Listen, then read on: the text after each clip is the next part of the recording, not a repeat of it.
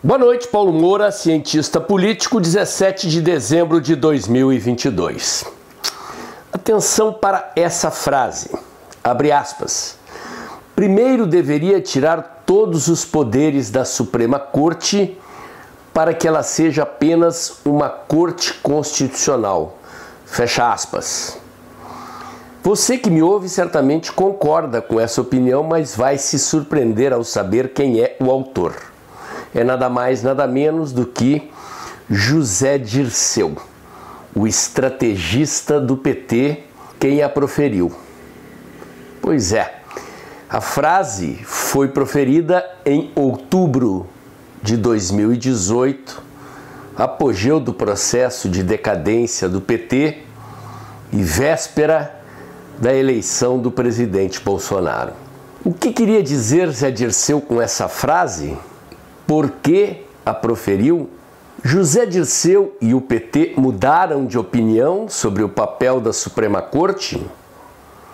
Vamos falar do perfil do PT, do projeto de poder do PT, do DNA do PT na sua relação com o poder no vídeo de hoje.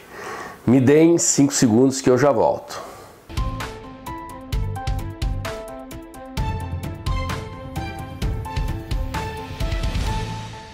Muito bem, pessoal.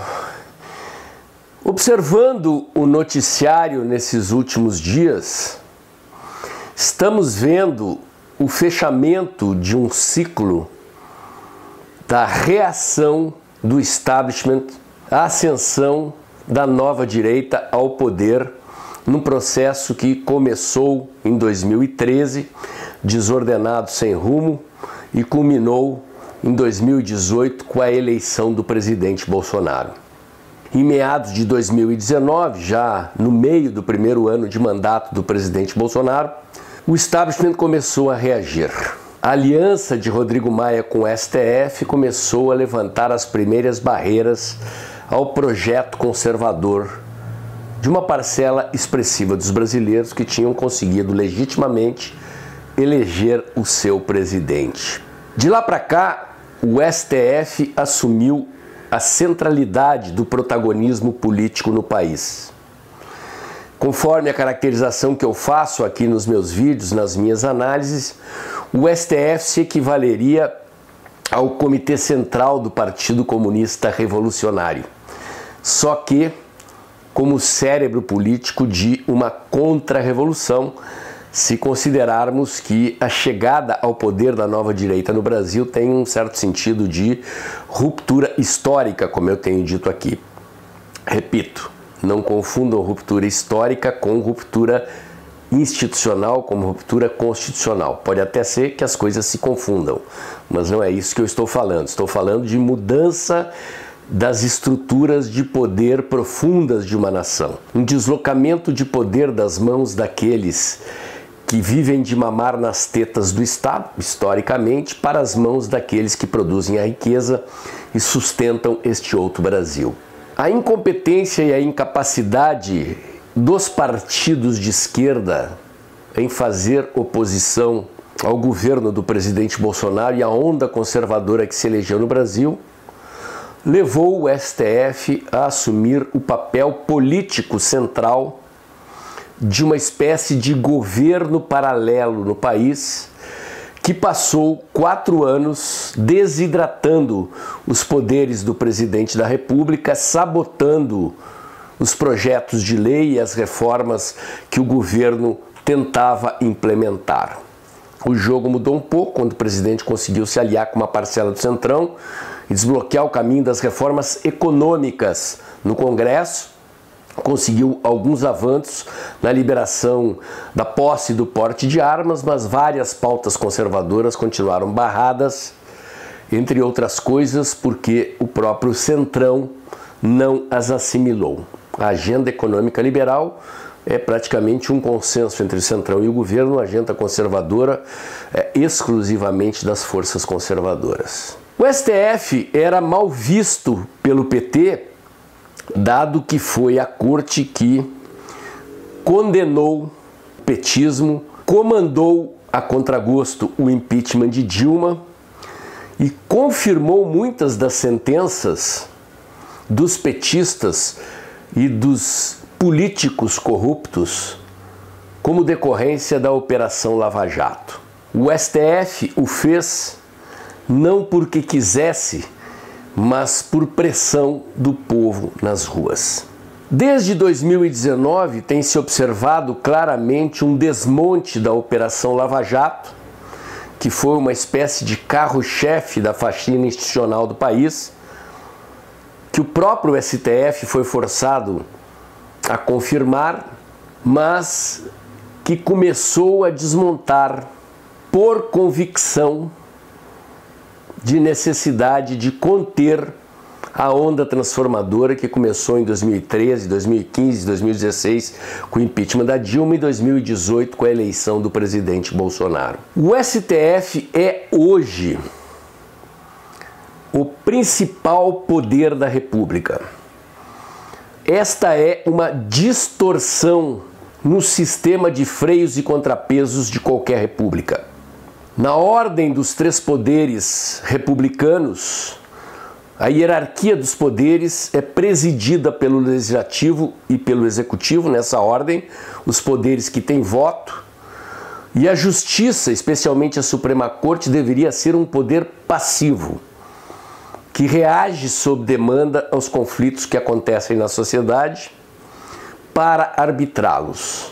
No entanto, a nossa Suprema Corte assumiu direção política, protagonismo político do país, exacerbando seus poderes. E dentro da Suprema Corte, um personagem em especial se arvorou a superpoderes. Hoje, talvez ele incomode até mesmo seus pares, mas ninguém se atreve a contê-lo.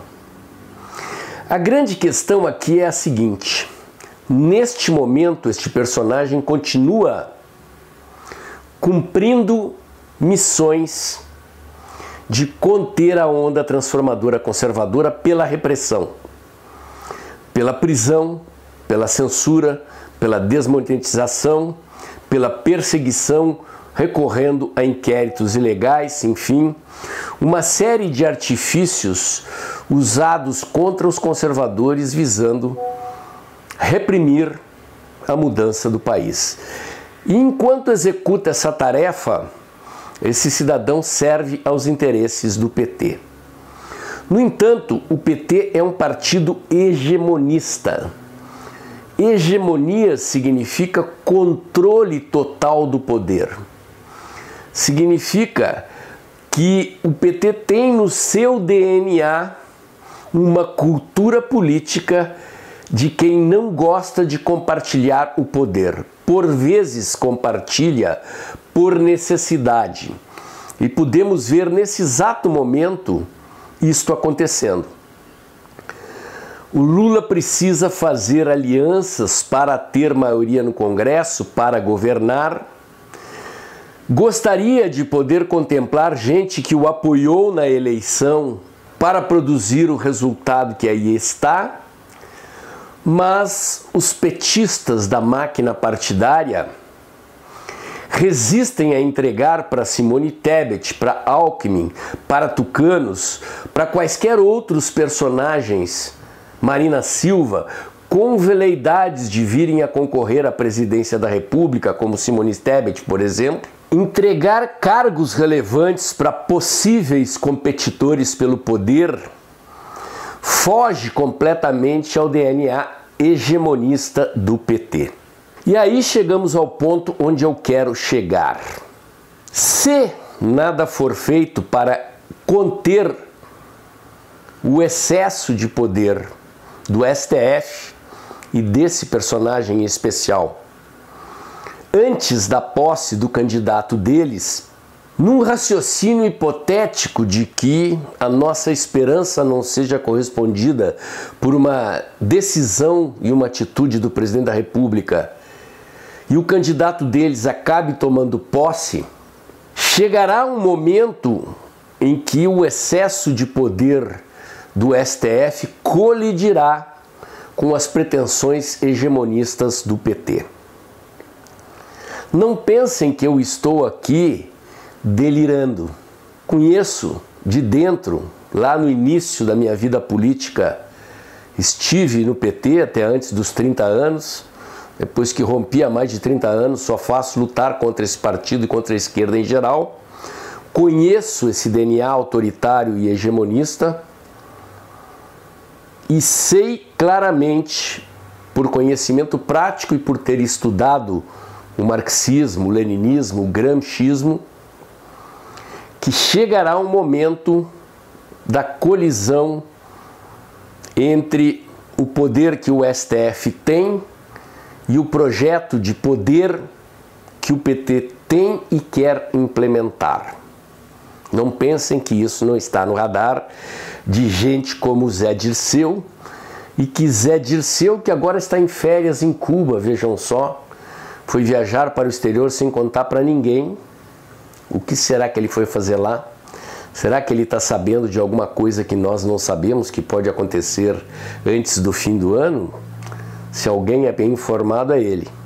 Mas não pensem que ele mudou de opinião em relação ao que ele disse em 2018, falando claramente que o STF não é um poder e que é preciso esvaziar os poderes da Suprema Corte e transformá-la exclusivamente numa Corte Constitucional. Abra o olho, doutor Alexandre de Moraes. O senhor está no radar do Zé Dirceu, não se engane. Meu comentário de hoje era esse. Se você gostou, curte, comenta e compartilha. Bota o dedãozinho lá, aperta o sininho para o YouTube avisar você quando tem vídeo novo no canal. Inscreva-se aqui no meu canal, inscreva-se também nos meus canais alternativos. O Dextra by Paulo Moura do Telegram, o Dextra by Paulo Moura do Instagram. Acompanhe meus comentários diários no canal Tempo e Dinheiro, do jornalista João Batista Olive, de segunda a sexta-feira, um pouco antes das 2 da tarde. E lembre-se que o vídeo está acabando. Logo depois da vinheta, abre o aplicativo do seu banco, dá uma forcinha pro canal aí. Pessoal, a receita desse fim de ano do canal tá baixinha, baixinha. Depois da eleição o pessoal desanimou. Eu pretendo continuar na trincheira, dependo do apoio de vocês, pingando seu Pix mensal e principalmente convidando os amigos, colegas e parentes para vir seguir o canal, aumentando o número de seguidores e levando mais longe o conhecimento que eu entrego aqui. Obrigado e amanhã tem mais.